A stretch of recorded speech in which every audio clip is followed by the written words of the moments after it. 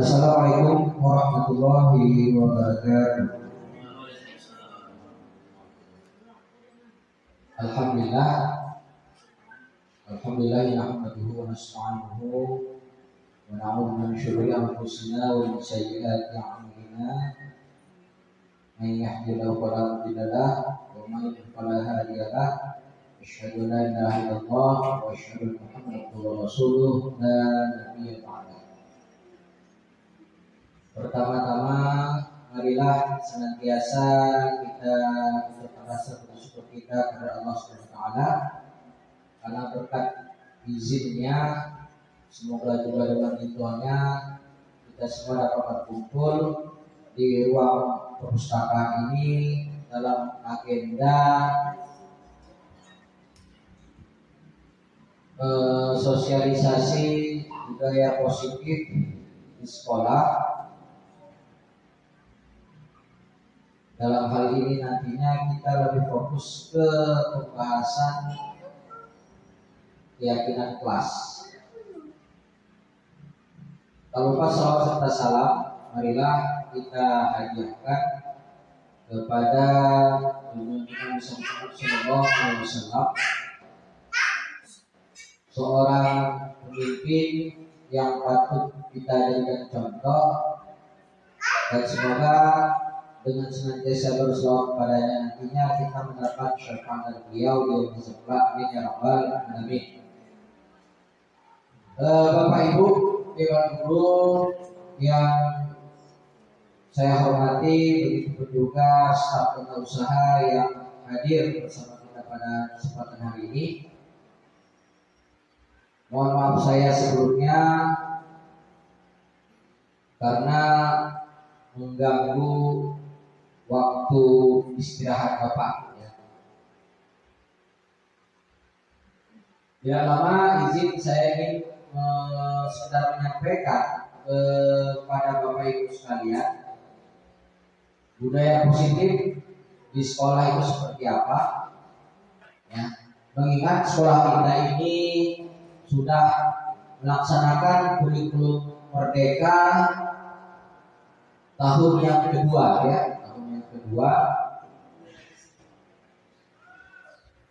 namun juga saya melihat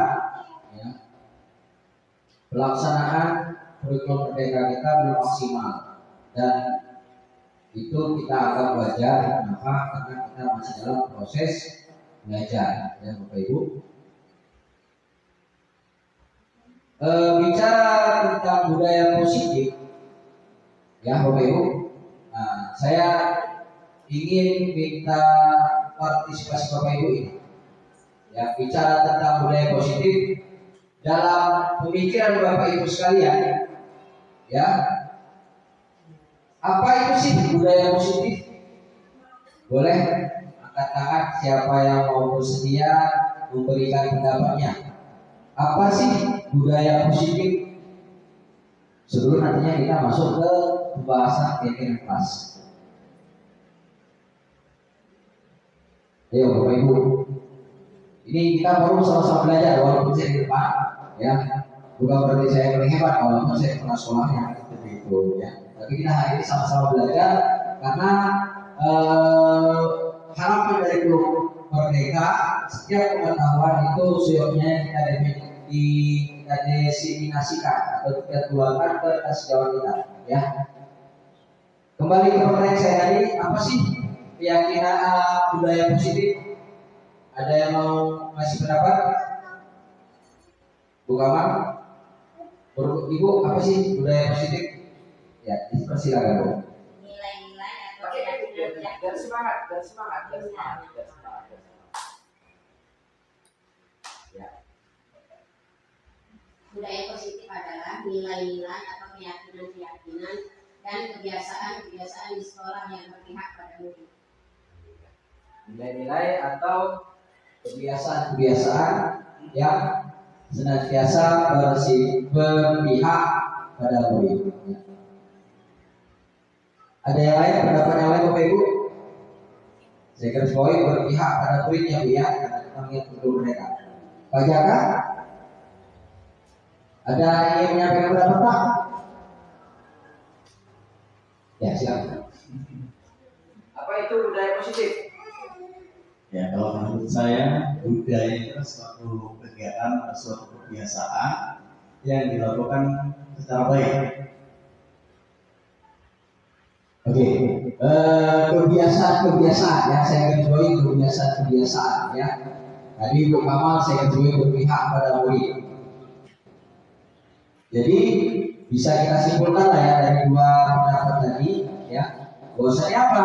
Bahwasanya budaya positif itu adalah sebuah kebiasaan ya, yang pada hakikatnya itu semua untuk kepentingan murid ya.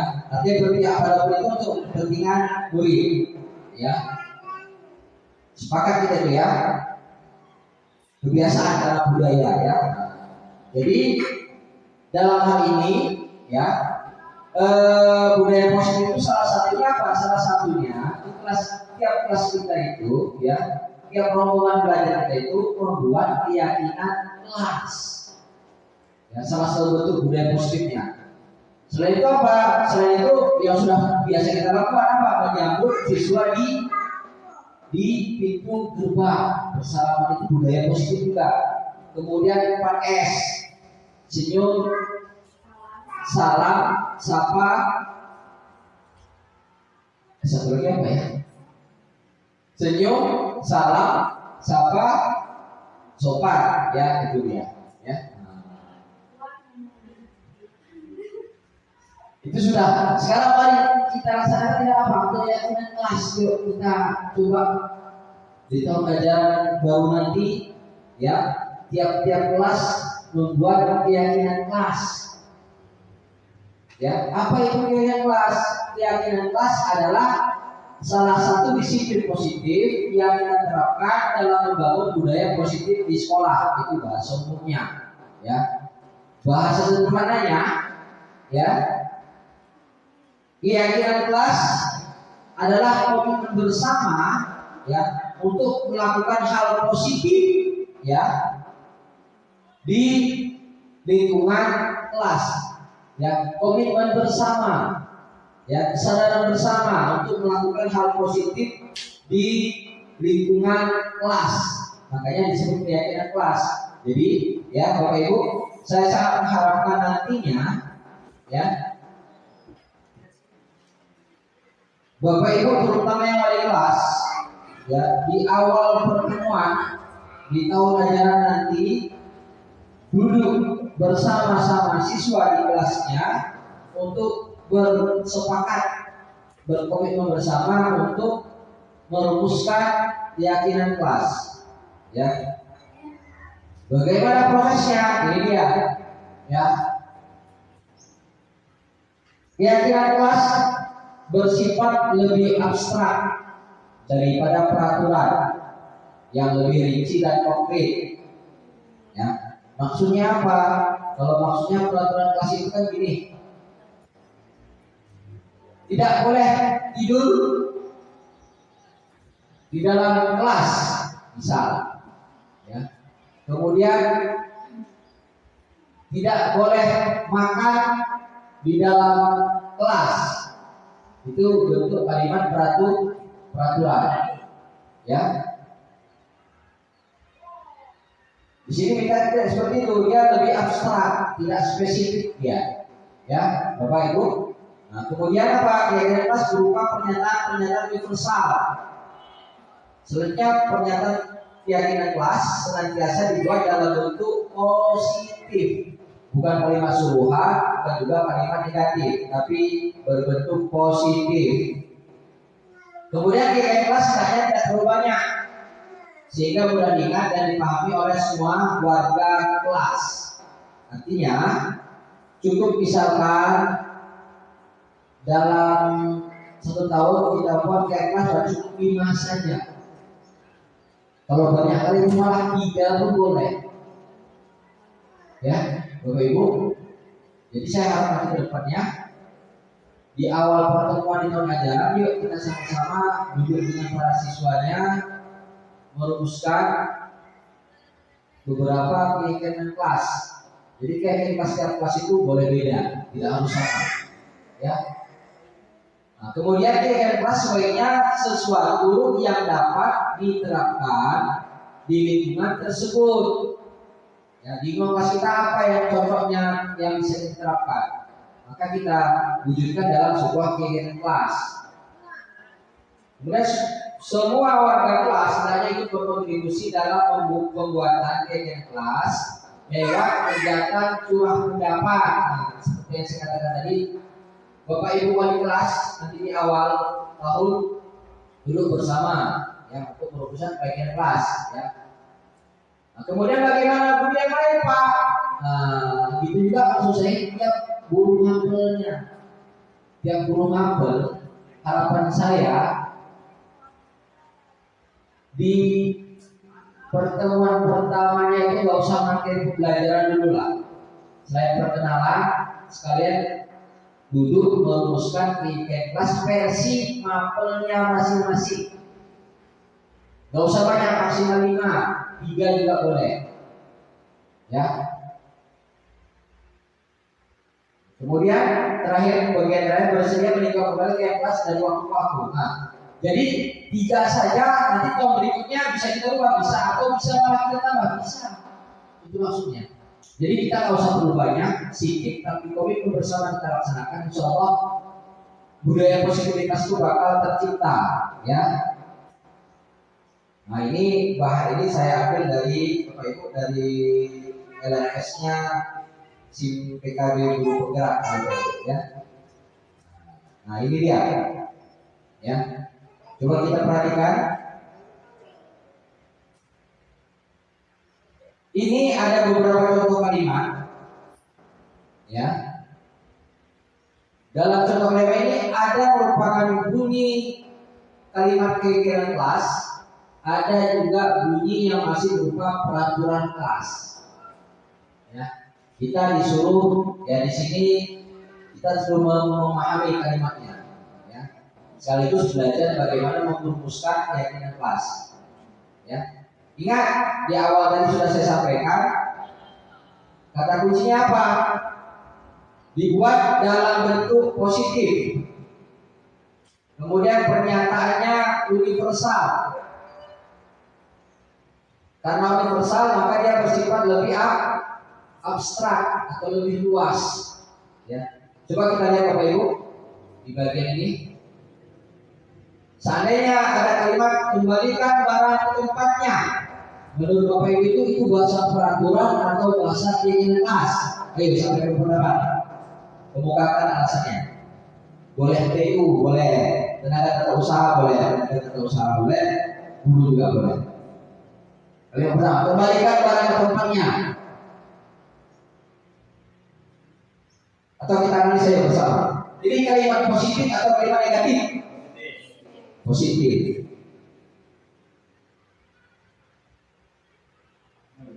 Dia berupa perintah atau tidak? Positif tapi perintah. Berarti dari situ masih sudah bisa enggak ada kesimpulan itu kesepakatan kelas atau peraturan? Peraturan. Berarti kalimat pertama walaupun dia positif tapi ada unsur kalimat perintah maka masih berupa peraturan. Kalau kita rumuskan menjadi kesepakatan kelas bagaimana ini? Bisa? Kembalikan barang ke tempatnya, itu kalimat perintah, maka itu masuk kategori kalimat peraturan. Jadi kalau kita mau kita rumuskan dari kelas bisa nggak? Bisa. Bagaimana? Maka kita ubah kalimatnya menjadi bukan kalimat perintah. Ayo, nah, berubah sini jadi PR ini. Ayo semua, kira-kira. Ayo, kembalikan barang ke tempatnya supaya dia positif dan tidak berubah kalimat perintah.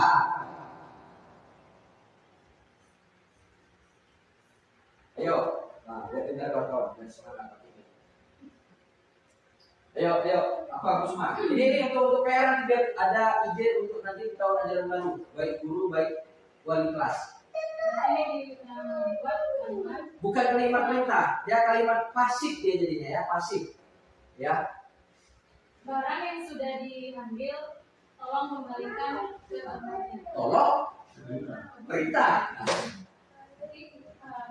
Barang yang sudah diambil kembalikan ke tempatnya. Barang yang sudah diambil dikembalikan ke tempatnya. Dikembalikan.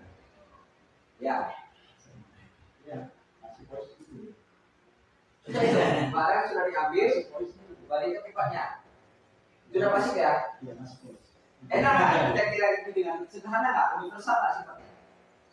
Menjaga barang pada tempatnya. Meletakkan barang. Nah, meletakkan barang Pada tempatnya.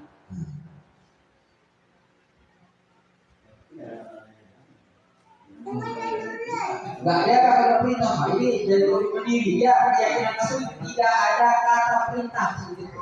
Kalau kalimat perintah berarti dia asosiasi itu peraturan. Nah, berarti bisa apa tadi Bu? Meletakkan barang pada tempatnya. Ya, meletakkan barang ke tempatnya. Berarti komitmen bersama semua berarti nanti berkeyakinan selalu melakukan meletakkan barang di tempatnya. Oke, udah bisa deh ya.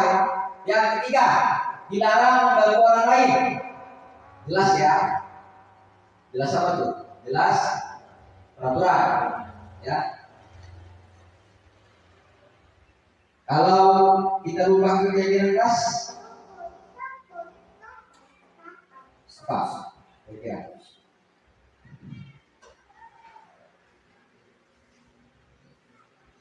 Orang lain tidak. Ya.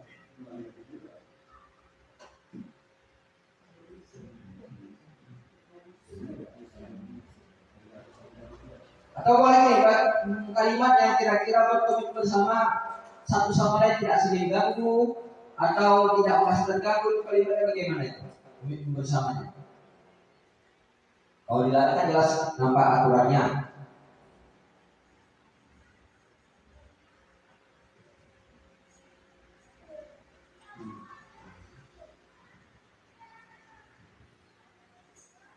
Mengerjakan atau melakukan pekerjaan masing-masing bisa nggak kalau itu?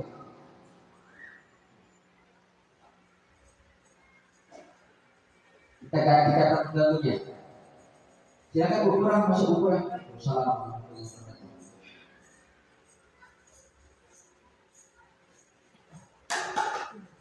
Apa jadinya? Kira-kira. Dilarang mengganggu orang lain.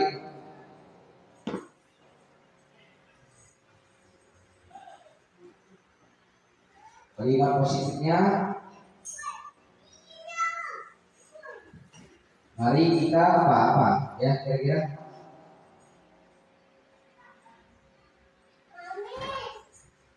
Mengerjakan, bisa saja mengerjakan masing-masing pekerjaan atau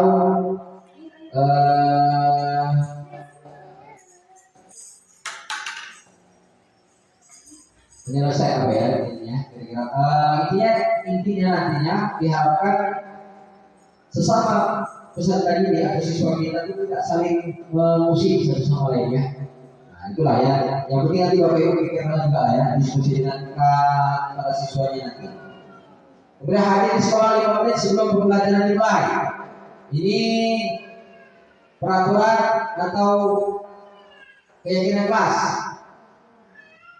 Hadir di sekolah 15 menit sebelum pembelajaran dimulai. Peraturan, ya.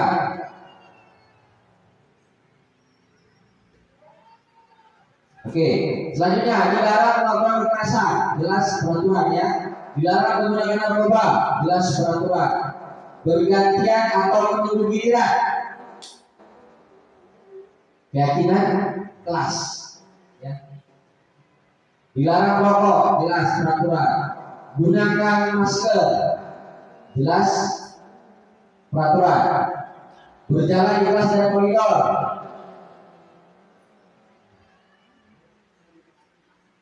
keyakinan kelas. Ya.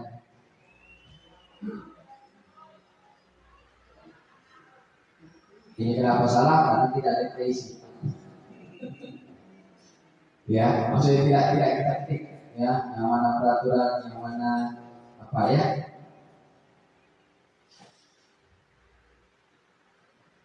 Oke, kita lihat. Ya. Enggak, kita. Oke lah Bapak Ibu, ya. Sampai di sini Bapak Ibu. Ya ini tadi ya, ciri-ciri yang kelas bersifat lebih abstrak daripada peraturan yang lebih rinci. Dua pernyataan universal berkonsekuensi positif, kemudian tidak dibuat dalam jumlah banyak sehingga mudah diingat. Artinya tadi, sebagaimana yang saya sampaikan sebelumnya, minimal 3 pun tidak apa-apa, ya. Jadi Bapak Ibu sekalian, ya. Oke, untuk Bapak Ibu terutama wali kelas, ada yang mau ditanyakan masalah keyakinan kelas. Intinya rumusnya itu kalimat positif. Dia tidak berupa kalimat, tidak ada kata suruhan atau kata perintah. Ya. Ada yang mau ditanyakan? Jika tidak ada, berarti saya harap ke depan, ya, khusus wali kelas di tiap kelas membuat atau merumuskan bersama siswanya keyakinan masing-masing. Dan juga saya harapkan pada guru mafel, ya. Biasanya dulu kan kita buat peraturan tiap jam kita masuk, jangan ada yang keluar misalnya itu. Maka rubahlah menjadi keyakinan kelas per tiap mafel. Ya, bisa Bapak Ibu? Bisa ya? Oke. Nah, jika bisa, ada yang ingin saya kupas sebentar menyangkut juga tentang disiplin positif. Ya.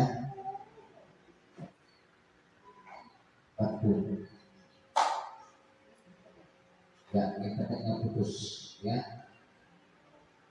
Oke, nah ini cerita tentang posisi kontrol Bapak Ibu, ya, terhadap siswa. Ini kita kan kurikulum merdeka. Jadi itu ada beberapa posisi kontrol. Yang pertama itu membuat merasa bersalah. Kemudian itu sebagai teman. Kemudian yang terakhir harap itu sebagai manajer. Ya, Bapak, saya harapkan kita semua sebagai pendidik, begitu juga administrator usaha, ya.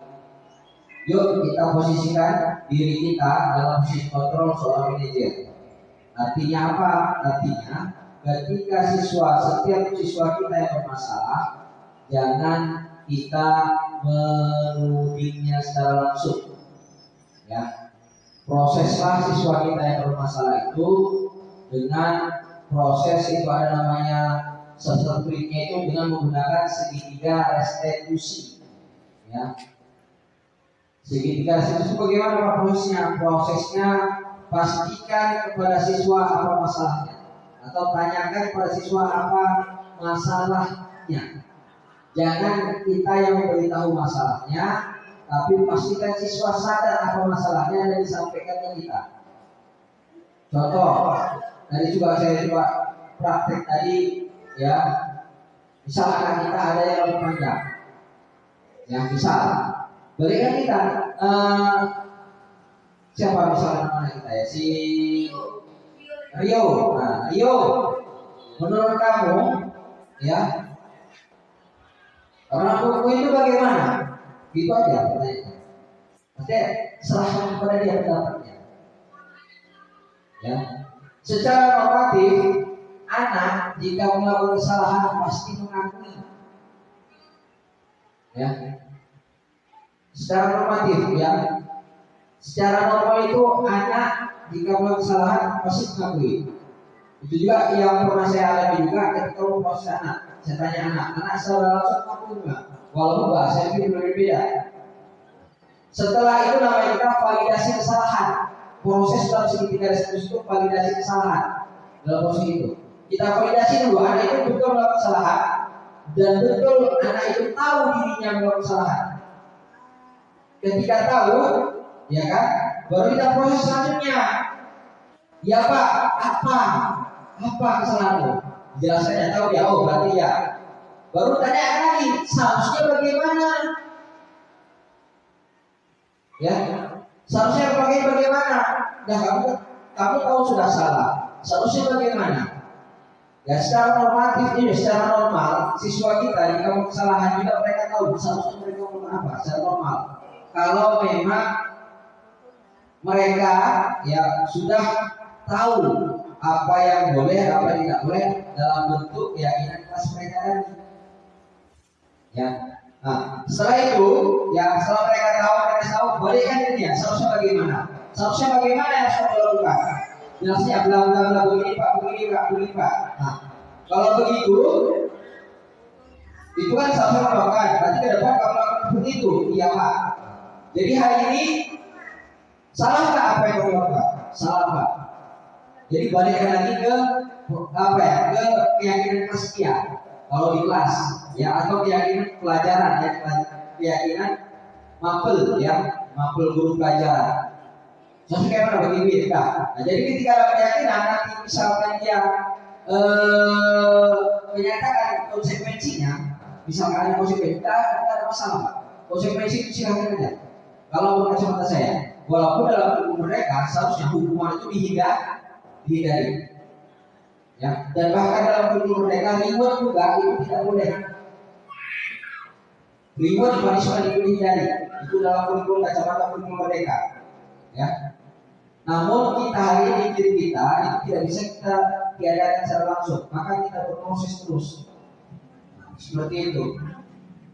Ya, makanya waktu pembagian rapor kan tidak ada dicantumkan juara kelasnya.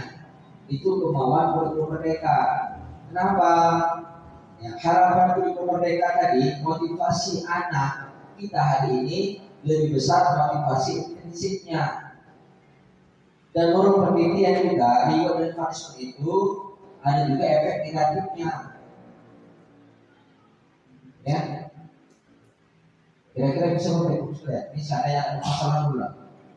Ya, Kamal yang ke apa yang wakil kan, tidak usah nanti dari keluar ya. Nah, tata usaha ini kan atau proses bermasalah yang jangan langsung kita tulis salahnya, tapi balik lagi dia supaya dia menemukan salahnya. Kemudian kalau bisa dia menemukan jawabannya, baru kita memperbaikinya. Seperti itu. Oke, Bapak Ibu sekalian, sampai di sini ada yang ditanyakan? Ada yang kita diskusikan? Tidak ada? Alhamdulillah, belum ada berarti paham semua, ya. Pak Jaka, Pak Sabar, ya kan? Ada yang Pak? Ini nggak ada ya, pas, oke. Nah, jika tidak ada Bapak Ibu sekalian, kita cukupkan saja ya sosialisasi tentang budaya positif di kelas. Ya, khusus kita fokus ke keyakinan kelas. Nantinya saya kembali menekankan bahwasanya harapan saya nanti di awal tahun ajaran Bapak Ibu wali kelas khususnya dan begitu juga guru mata pelajaran merumuskan bersama para siswanya keyakinan kelas minimal 3, ya minimal 3. Kalaupun untuk kelas tadi di kelas ditempel, jadi bahas tidak peraturan ini keyakinan kelas minimal 3, lebih bagus lagi 5. Tapi anak-anak itu juga ingat yang itu oleh kelas. Mana Pak? Maksudnya kita buat pada awal pelajaran kita dulu sama siswa kan.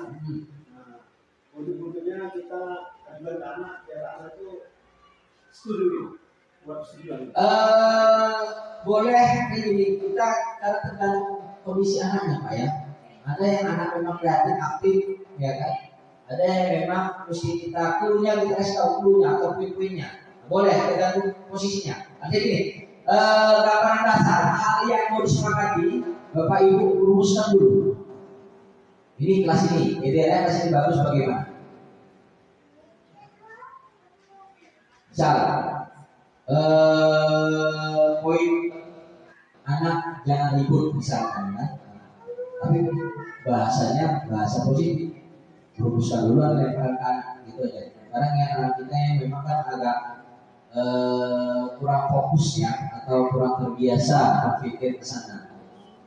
Maka kita perlu lancak lah poin-poinnya. Yang minimal 5 lah untuk kelas. Kalau untuk aku boleh lagi kasih ya.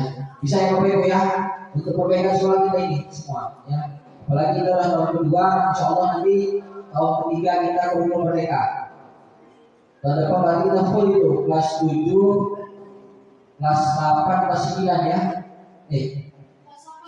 Oh iya, kita perlu kelas ada lupa saya. Memang bukan mengerti. Oke, Ibu ya. Demikian saja barangkali kebingungan kurang saya mohon maaf kepada Allah. Mari kita senantiasa mengampun. Wallahu muwaffiq ila aqwamit. Assalamualaikum warahmatullahi wabarakatuh.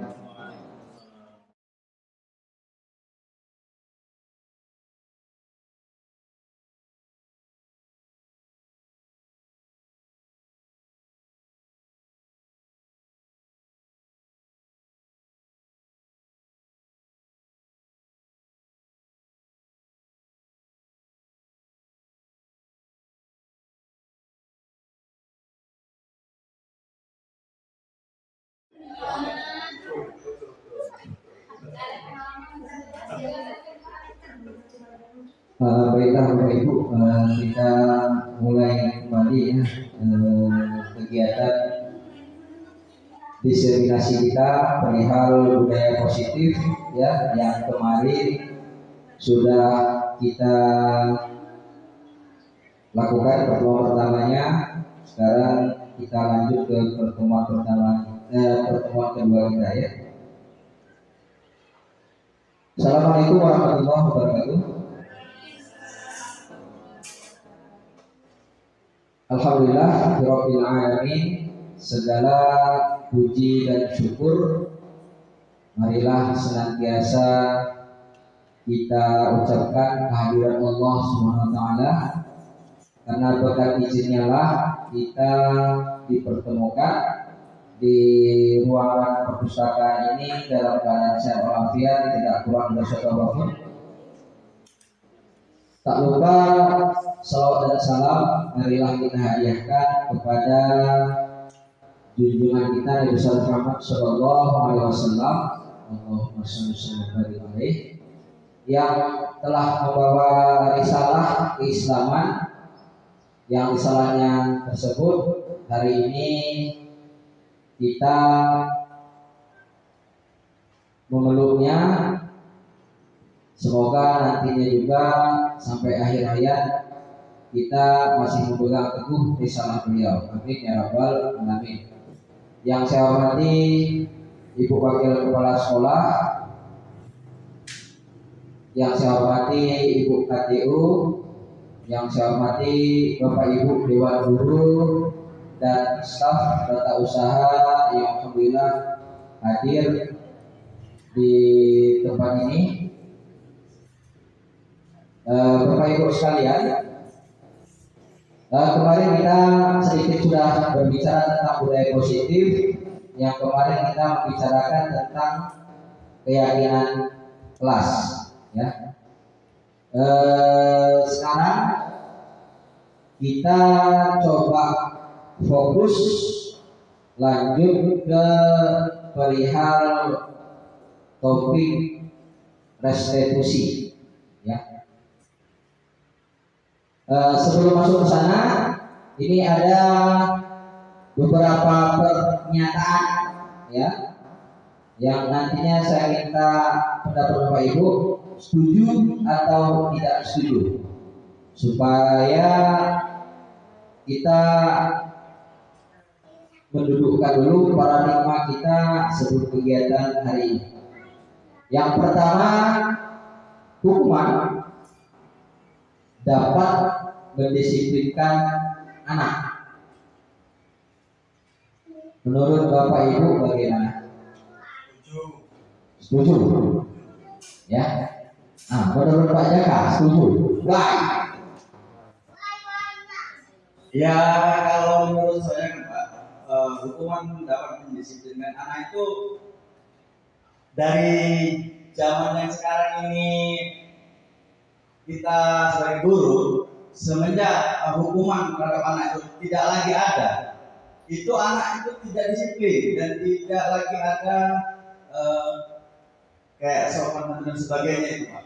Waktu zaman kita sekolah dulu, justru karena hukuman itu kita bisa sopan santun, bisa disiplin terhadap guru. Tuh Pak, menurut saya. Ya, terima kasih Pak Jaya atas opini dan pendapatnya mengenai hukuman dapat disingkat anak. Jadi Pak Jaka setuju ya. Kenapa? Karena hari ini sudah ada pergeseran nilai, termasuk juga ada sekolah anak sudah kurang. Kenapa? Karena hukuman tidak lagi secara tegas kita tegakkan ya. Oke, kita kunci dulu gitu ya. Kemudian pernyataan yang kedua, pemberian hukuman dengan hal-hal positif seperti membaca, membersihkan halaman sekolah dapat meningkatkan disiplin anak. Setuju? Apa tidak?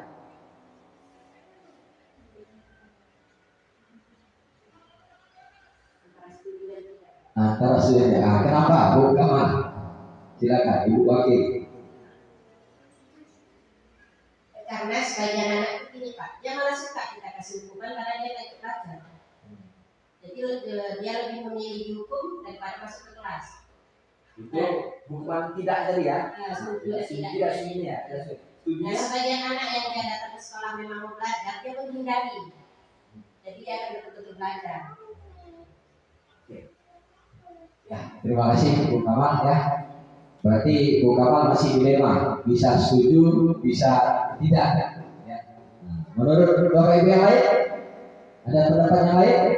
Atau kita langsung beranjak ke pernyataan ketiga? Tergantung anaknya ya. Boleh. Oke, kita kunci lagi. Ya, kita masuk ke pernyataan ketiga. Dikatakan bahwasanya memberi penghargaan dapat meningkatkan motivasi belajar anak. Setuju? Oke. Bu Kamal? Setuju. Berarti kita sepakat setuju. Oke, kita bungkus. Ya. Kita lihat kembali dulu.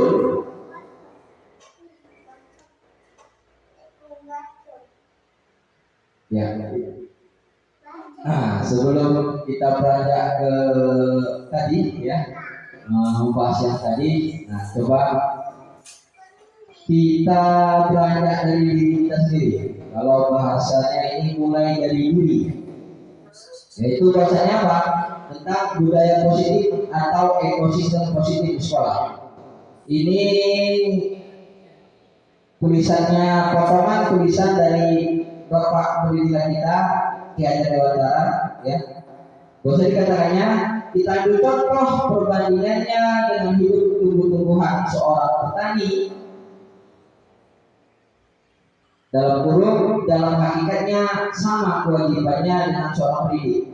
Artinya maksudnya pendidik digambarkan oleh Ki Hajar Dewantara seperti petani, ya, yang menanam padi, misalnya hanya dapat menuntut tumbuhnya padi. Ya, bahwasanya petani dapat memperbaiki kondisi tanah, memelihara tanaman padi, memberi pupuk dan air, membasmi ulat-ulat atau jamur yang mengganggu hidup tanaman padi dan lain sebagainya. Jadi dalam hal ini kita ibaratkan Hajar Dewantara petani. Kemudian peserta didik kita itu ibarat tanaman di tanah petani, dalam hal ini padi. Cocok? Sepakat kita dengan apa yang ditulis oleh Ki Hajar Dewantara?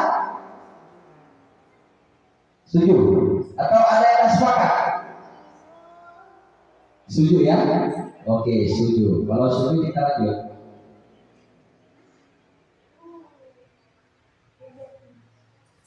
Oke, ini dia. Nah, ini aksi sebenarnya sih. Yang sebenarnya kita harus praktek di sini. Nanti saya minta Bapak Ibu untuk merefleksikan kegiatan ini sebenarnya, ya. Tujuannya untuk perubahan paradigma, ya, kegiatan kepala tangan, ya. Ada A dan B, berarti Anda dan teman Anda. Kemudian sobeklah dari kertas kecil, tuliskan benda atau sesuatu yang sangat berharga untuk Anda. Letakkan di salah satu tangan Anda dan genggam keras kertas tersebut dengan segala daya. buatlah sebuah kepala. Baru teman Anda akan mencoba dengan sebuah tenaga, dengan berbagai cara untuk meminta Anda memberikan benda tersebut. Coba dibayangkan, bayangkan saja. Atau kita praktekkan ini. Mempraktek atau bisa dibayangkan? Dibayangkan kita tulis sebuah tulisan dalam kertas baru kita genggam. Kawan itu kepo, nah gitu kita kepo yang pengen tahu Ali. Yang jelas dia pengen tahu kan dia berupaya untuk cari tahu, ya kan apa yang kita tulis di genggaman kita tadi. Nah ini mau kita praktekkan atau sudah dapat bayangan? Dapat bayangan ya? Nggak perlu kita praktekkan ya? Dapat bayangan ya? Oke. Pertanyaannya apa yang terjadi dalam bayangan Bapak Ibu? Oke, siapa yang mau ngasih pendapatnya? Jadi kan bayangan ini kita nggak usah sih terlalu lama memberikan waktu kita. Nah ini kita bayangkan apa yang terjadi dalam bayangan Bapak Ibu? Berantem atau bayangan. Ada yang lain? Nah, istilahnya Trila megang kertas datang Bu Pura kepo dia apa tuh sih? Apa sudah cinta apa gitu kan itu misalkan. Nah, itu sekuat tenaga, sedaya upaya kurang masih cari tahu mengorek. Jadi yang terjadi itu bagaimana? Berantem dalam bayangan Pak Jaka. Dalam bayangan Ibu yang lain ada kira-kira? Berhasilkah kira-kira? Iyalah, meraih-raih bagaimana cara Bapaknya? Kira-kira dalam bayangan Bapak Ibu berhasil nggak kira-kira dapat mengetahui tulisan yang di kertas? Kawan tadi yang mereka gak asikin gitu loh. Nah, cuma diupayakan. Kalau pandai dia mau apa kawannya, pasti dia dapat apa yang dia harapkan yang ada di tangan kawannya tadi. Kalau nggak Pandai dia melatih kawannya. kalau nggak pandai nggak dapat.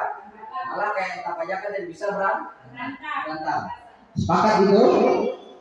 Itu ya kita sebut kemungkinan yang terjadi ya. Oke, kita lanjut. Kalau udah sepakat itu. Ya, ini agak melebar sedikit tentang perubahan paradigma teori kontrol. Ya, ini tadi bicara tentang sisi positif tadi ya, Bapak Ibu. Nah, menurut penelitian, nanti kalau kita sepakat bisa kita bahas. Bahwasanya sebuah ilusi guru bisa mengontrol murid.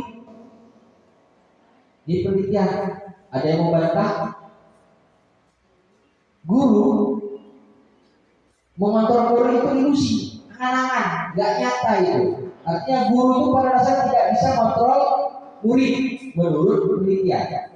Itu mengontrolnya selama dia di sekolah atau saat cuma di luar Ya di sekolah Pak, ini lingkungan kita di sekolah. hasil, nggak mungkin bisa, 100% nggak bisa. Nah, orang Bisa. karena mungkin tiap anak punya latar belakang yang berbeda. Mungkin dia punya keluarga yang berbagai macam karakternya juga beda. Masalah keluarga ada yang orang tua yang bercerai, ada mungkin ekonomi banyak masalah itu Pak. Kalau kayaknya memang betul ilusi itu kalau misalnya guru itu bisa mengontrol murid. Itu saya. Ada pendapat yang lain? Sepakat? Bahwasanya sebuah ilusi, sebuah angan-angan tuh, konsep itu semua guru bisa mengontrol murid.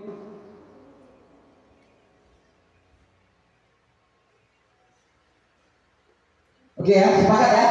Ya. Kemudian dikatakannya juga menurut penelitian bahwasanya kritik dan membuat orang merasa bersalah dapat menguatkan karakter.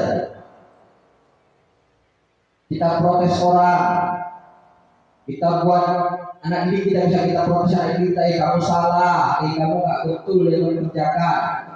Nah, kemudian yang kamu kerjakan ini salah apa? Karena kamu tidak belajar untuk diri di rumah, itu membentuk diri salah karena itu katanya di situ nonsen, itu bisa membuat karakter kalau kita lakukan itu. Sepakat tidak? Nggak sepakat? Ya kenapa Putri? Nah, boleh kasih pendapatnya. Katanya kata itu akan buat orang apa? Karakter orang jadi kuat. Kalau Pak, karena cuma dikritik. Jadi mungkin itu bisa membuat dia down, tapi kalau dia memang punya jiwa yang besar, mungkin itu akan membuat dia menjadi lebih baik lagi. Tapi kebanyakan itu akan membuat seseorang menjadi down.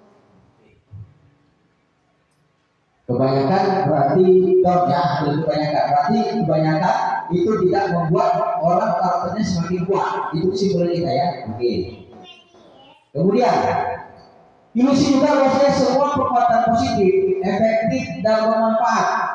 Maksudnya begini, menurut penelitian, kalau anak dikasih reward, anak dikasih pujian, apalagi yang positif lah, itu senantiasa efektif dan bermanfaat. Itu apa yang dimaksud untuk menguatkan karakter tadi?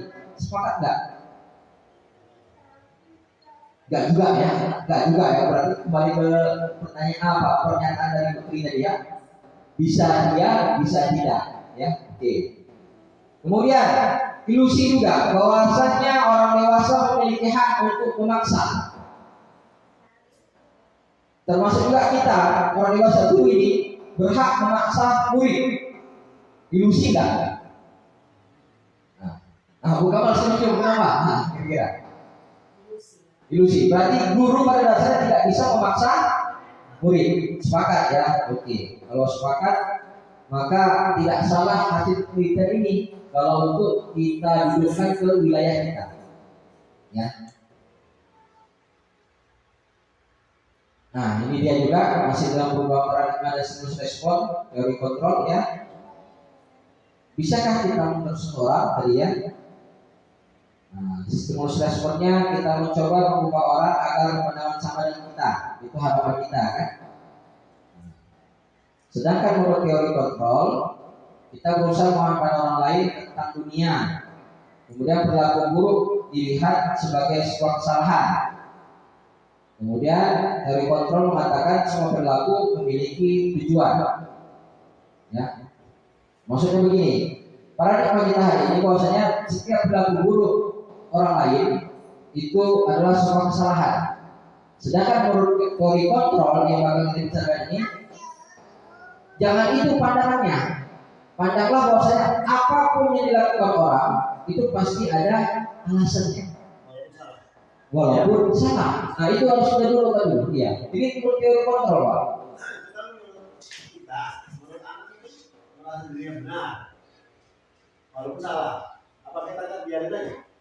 Ini bukan masalah biarannya, Pak. Maksudnya saya gini, apapun yang dilakukan anak atau termasuk kita itu pasti ada alasannya.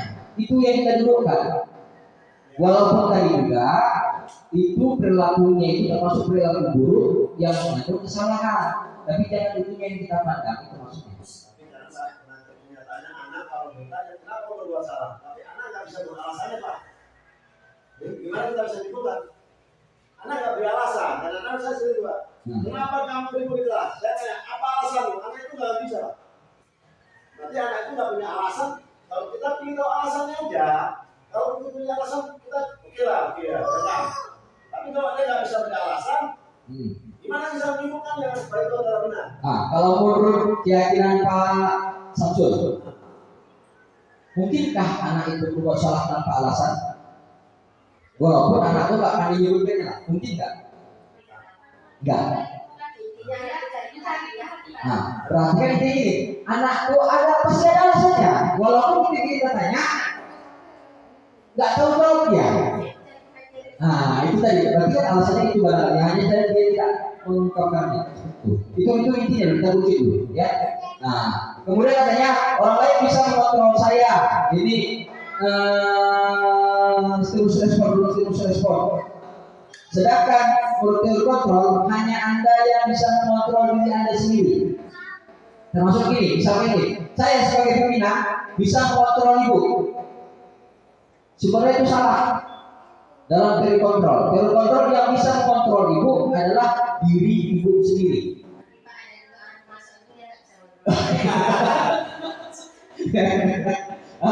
Itu lain kajiannya ya, itulah terkaji di sini.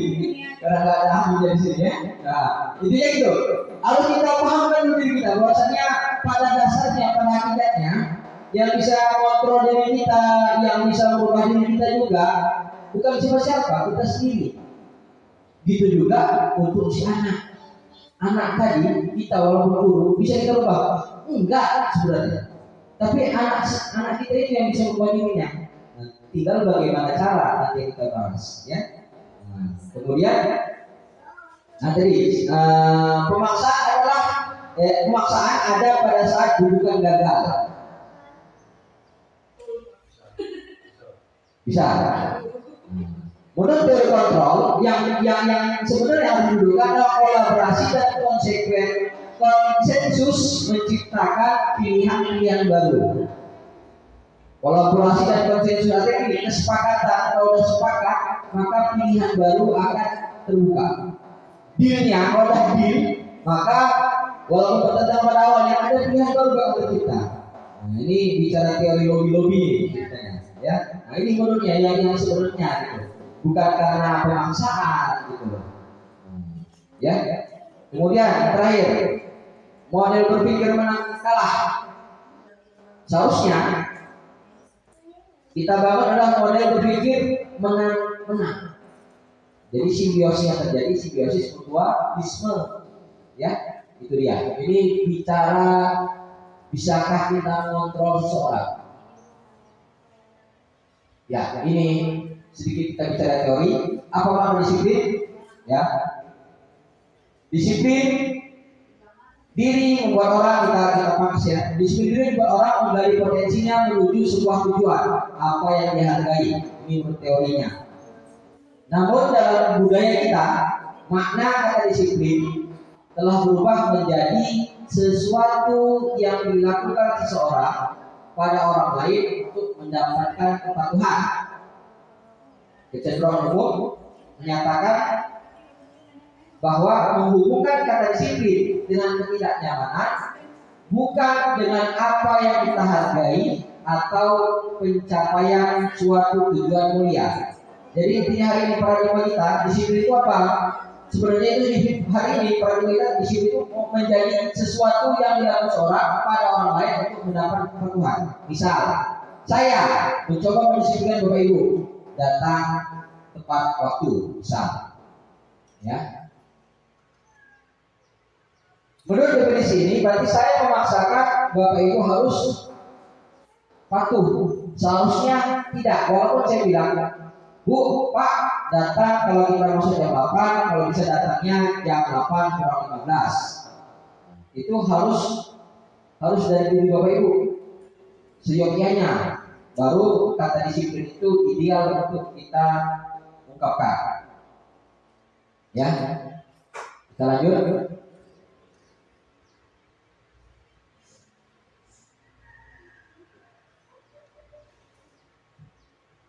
Nah, ini dia. Ini sebenarnya paradigma yang harus kita bangun, teori motivasi perilaku manusia, ya. Untuk menghindari ketidaknyamanan atau hukuman, itu adalah termasuk motivasi eksternal, ya. Kemudian kedua, untuk mendapatkan imbalan dari orang lain atau institusi, itu juga termasuk eksternal. Kenapa? Karena kendala yang ada apabila muncul pertanyaan apa yang akan terjadi apabila saya tidak melakukannya. Yang pertama, yang kedua, apa yang akan saya dapatkan apabila saya melakukannya. Itu ada dua pertanyaan yang bakal akan timbul dalam diri Bapak Ibu kalau senantiasa kita berlandaskan dari motivasi eksternal. Seharusnya kita semua, termasuk juga saya, ya, teori motivasinya adalah teori motivasi dari internal, yaitu apa? Untuk menghargai diri sendiri, ya. Sehingga ketika kita sudah mencapai hal tersebut, maka akan timbul pertanyaan diri kita, saya akan menjadi orang yang seperti apa bila saya melakukannya? Dan begitu juga, saya akan menjadi seperti apa bila saya tidak melakukannya. Itu kalau motivasi intrinsiknya, motivasi internal atau motivasi intrinsiknya dari diri sendiri, yaitu untuk menghargai diri sendiri. Ya, itu yang seharusnya kita bangun Bapak Ibu. Ya. Jika itu kita bangun, maka cocoklah apa yang dikatakan Ki Hajar Dewantara. Karena kita tadi menggunakan merdeka, ya, dalam pandangan Ki Hajar Dewantara adalah tidak hanya terlepas dari perintah, akan tetapi juga cakap untuk memerintah diri sendiri. Ya, itu merdeka. Jadi merdeka ini juga yang harusnya kita pahamkan ke anak-anak pelan-pelan. Ya, lewat Tuturi Handayaninya Ki Hajar Dewantara tadi. Ya, lewat Ingar Soso Tulodo, Ima yang Karso, Tuturi Handayaninya itu Ki Hajar Dewantara. Ya. Nah, dalam murid seharusnya apa itu restitusi? Seharusnya kita tanamkan pada murid bahwasanya restitusi itu adalah proses menciptakan kondisi bagi murid untuk memperbaiki kesalahan mereka sehingga mereka dapat kembali pada kelompok mereka dengan karakter yang lebih kuat. Itu makna restitusi yang nanti kita bahas lebih lanjut. Ini dia. Ada 9 ciri restitusi. Yang pertama, bukan untuk menebus kesalahan, namun untuk belajar dari kesalahan. Yang kedua, tujuannya untuk memperbaiki hubungan. Yang ketiga, sebuah tawaran, bukan pemaksaan. Yang keempat, restitusi itu menuntut untuk melihat ke dalam diri. Dalam hal ini restitusi pada siswa untuk melihat ke dalam dirinya siswa. Kemudian kelima, restitusi mencari kebutuhan dasar yang mendasari tindakan. Yang keenam, restitusi adalah cara yang paling baik. Ya, restitusi diri maksudnya, cara yang paling baik. Yang ketujuh, restitusi itu fokus pada karakter bukan tindakan. Yang kedelapan, restitusi fokus pada solusi. Yang sembilan terakhir, restitusi mengembalikan murid yang berbuat salah pada kelompoknya. Ya, ini ciri restitusi kepada peserta didik kita. Ya, dan bisa juga kita kembalikan ke diri sebenarnya. Ya.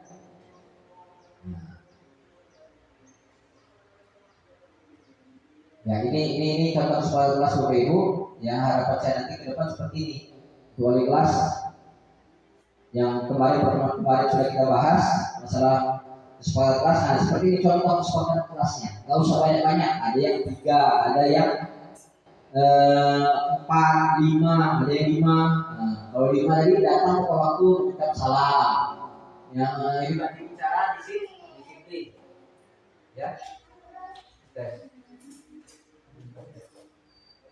Nah, kemudian ini ya, tapi murid yang semangat belajar itu untuk membangun motivasi belajarnya.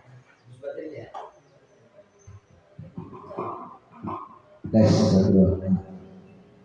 Tes. Ya, ini contohnya Bapak Ibu, bisa kita share ya untuk tahun ajaran baru nanti. Nah, ini maksud kita lanjut saja.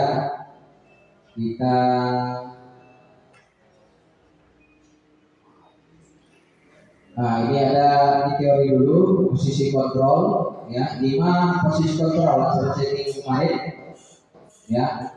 Ada dia sebagai pembunuh, ada dia sebagai pembuat orang merasa bersalah, ada sebagai teman, ada sebagai pemantau, ada sebagai yang diharapkan.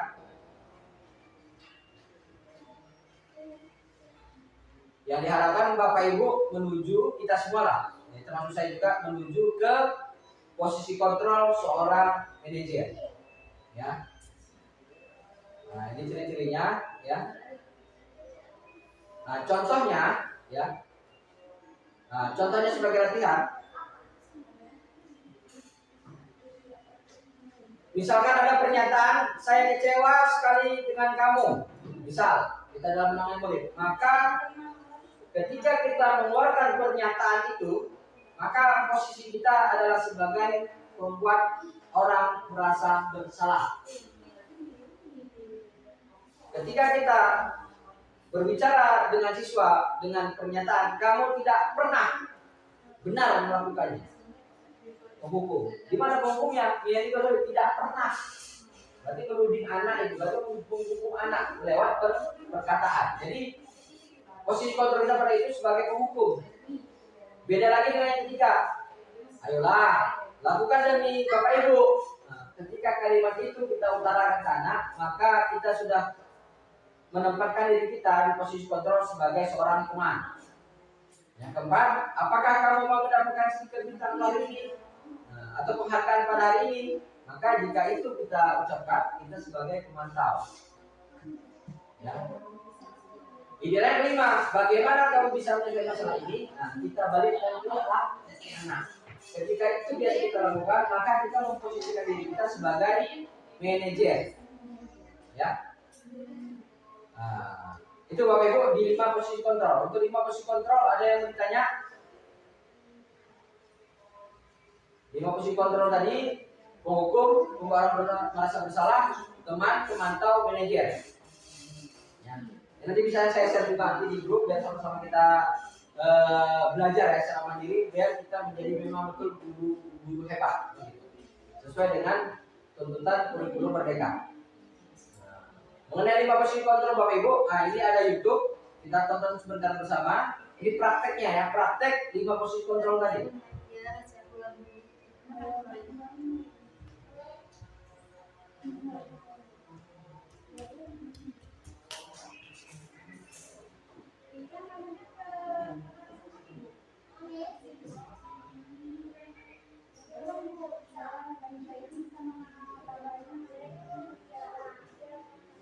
Adalah 5 posisi kontrol.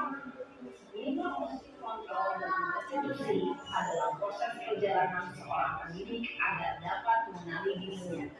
Pada video kali ini, kita akan membahas tentang 5 posisi kontrol yang dikembangkan oleh Ryan Gosser dan John Oliver. Ryan Gosser, ahli yang mengembangkannya.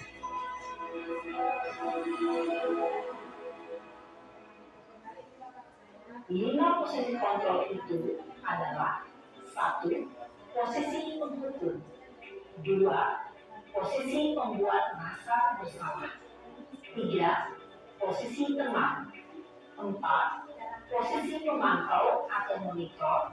Dan 5. Posisi manajer. Untuk lebih memahami kelima posisi tersebut, mari kita saksikan kasus Naret yang terlambat hadir 20 menit di sekolah dan melihat bagaimana kelima posisi kontrol dalam menghadapi masalah tersebut.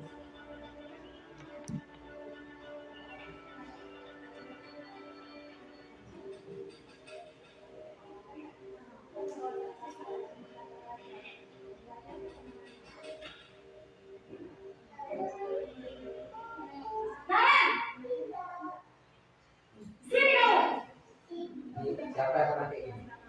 Selamat pagi Bu. Kamu terlambat. Kamu deh pasti terlambat. Kamu, saya, Apa? Apa coba? Alasan kamu apa lagi? Kapan sih kamu tidak terlambat? Malah sekali ya kamu jadi anak.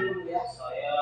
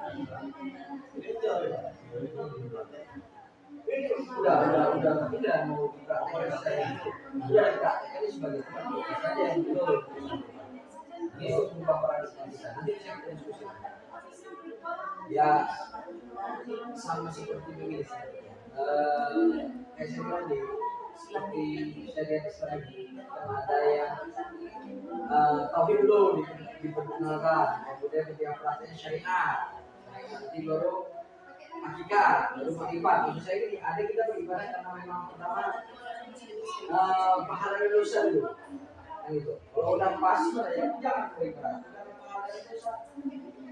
Tapi karena Allah dalam itu kalau pendekatan kita itu kita sendiri sudah memahami.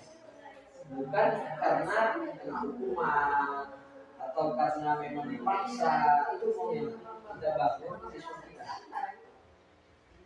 Makanya ketika sebenarnya kalau saya juga berpendapat ketika sesuatu kita belum bisa seperti ini kita harapkan bisa tapi tidak proses dulu ya kita melakukan ini ya masih tetap pulang nanti menarik apa biasanya ketika ada salah dia itu salah yuk atas kemauan diri kamu berubah yuk berat memang berat sama hati kita kan ibarat itu kalau akan surga dan pahala ada orang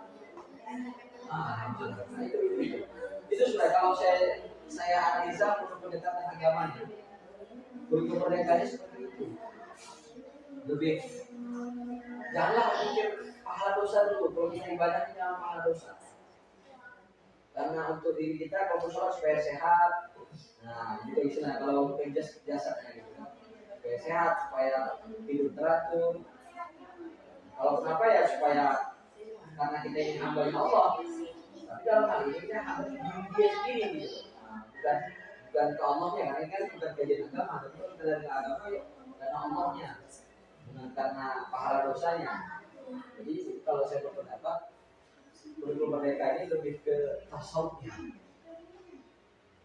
berat memang berat apakah bisa ya secara kalau pendekatan agama nggak semua orang di sini gitu Pak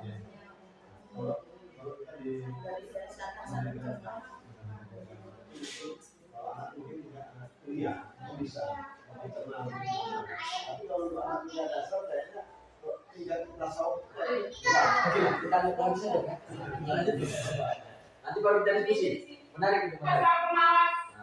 Gak kapok sih kamu. Sudah berapa kali jadi putri kan sana? Kamu beli lapangan basket 2 kali.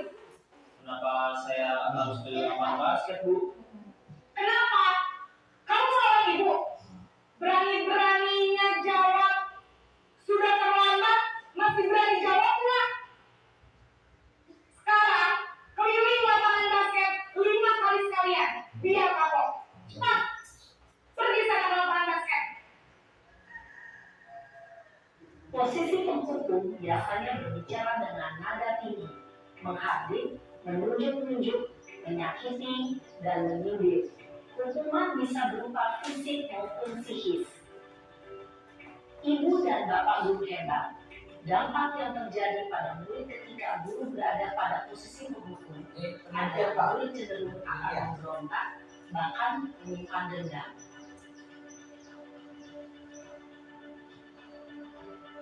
nah ini contoh membuat dosa bersalah adegannya kalau tadi nah membuat dosa bersalah itu contohnya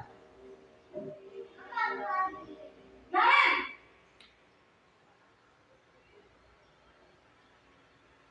Selamat pagi, Bu. Naren! Kamu kenapa terlambat lagi, nak? Ya Tuhan, Naren. Kamu senang ya bikin ibu susah ya? di situ Kalau kamu terlambat lagi, tapi nanti ibu yang berubah kepala sekolah, nak. Disangka ibu tidak bisa membina kamu. Gimana ini? lembut memang tapi lucu dia ini berapa dosa bersalah Gusti Naren. Kamu suka ya kalau ibu tegur bapak kepala sekolah? Terus, sekarang ibu harus tulis apa ini di buku absen? Ini kamu sudah sering terlambat loh. Ibu harus apa coba? Maaf, Bu. Lain kali jangan bikin ibu susah lagi ya nak ya. Ibu tidak akan kuat lagi kalau kamu begini terus. Bisa jantungan kalau ibu tegur bapak kepala sekolah. Sana cepat, kelas. Makin gak enak kan kalau ngomong gurunya kayak Maaf sekali. nanti kita sebentar Namun, ini kan kondisi dia aja ya. merasa menjadi orang yang gagal, memandang buruk dirinya sendiri, merasa tidak berharga, dan tidak sanggup membahagiakan orang lain. Ketika guru mengambil posisi membuat rasa bersalah, murid akan menganggap dirinya yang bersalah dan ia akan menyimpan emosi negatif tersebut di dalam dirinya.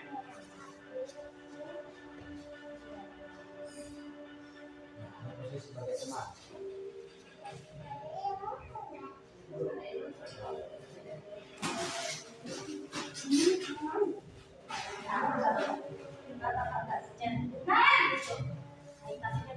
Ada di rumah. Wah, sudah jam berapa ini nak? Selamat lagi ya sayang. Iya Bu, habis ibu saya lupa bangunkan saya Bu. Kamu malah menyalahkan ibu kamu. Bukannya anak yang paling kencang. Kok terlalu sih? Iya Bu, saya memang selamat bangun tadi. Jadi tidak secara enak. Sudah tidak Bu. Nanti lain kali, lain kali lagi ya. Biar gak selamat lagi.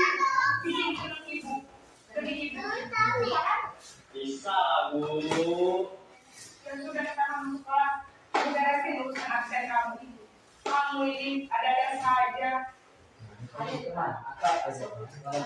Dalam pertemuan, guru berbicara dengan nada suara ramah, akrab, cenderung bertindak untuk menjaga suasana tetap santai. Murid akan merasa aman dan dapat mengunjungi. Identitas kita adalah sukses atau berhasil. Namun, ini ingat, karena ini masih dorongan eksternal, maka ada faktor ketergantungan dari murid kepada orang tertentu. Misalnya, guru absennya, sehingga di lain waktu, murid bisa berperilaku baik, namun hanya pada orang-orang tertentu saja.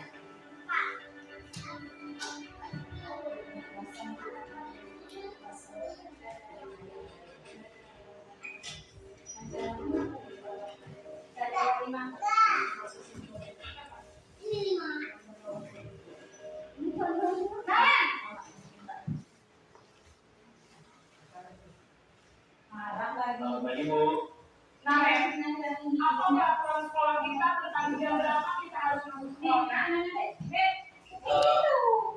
Harus di sekolah jam 7 Bu. Iya betul. Sekarang sudah jam 7.20. Kalian sudah tahu konsekuensinya jika terlambat tadi. Paham Bu.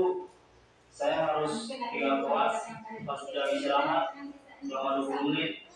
Iya benar. Konsekuensinya begini ya. Jadi nanti jam 9.30 pas istirahat, kamu harus tinggal di kelas. Kerjakan tugas tambahan untuk ketinggalan kamu, ya. Baik Bu. Posisi pemantau mengandalkan pengetahuan atau data untuk mengontrol murid. Guru mengarahkan murid berdasarkan peraturan dan konsekuensi. Seorang pemantau menunjukkan bahasa tubuh dan ekspresi wajah yang datar dan cenderung formal.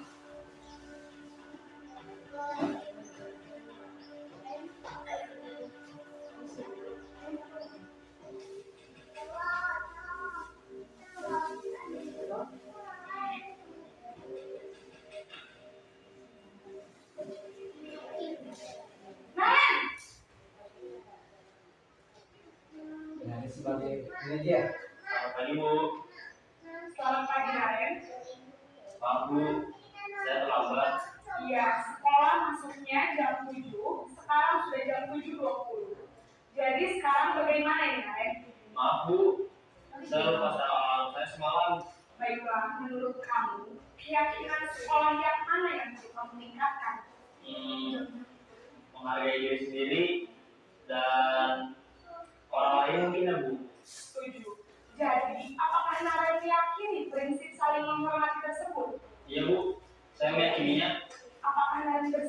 memperbaiki masalah keterlambatan ini? Itu dia, Bu. Bagaimana kamu akan memperbaiki masalah keterlambatan ini? Saya akan coba untuk tidak lupa menyetel alarm saya, Bu.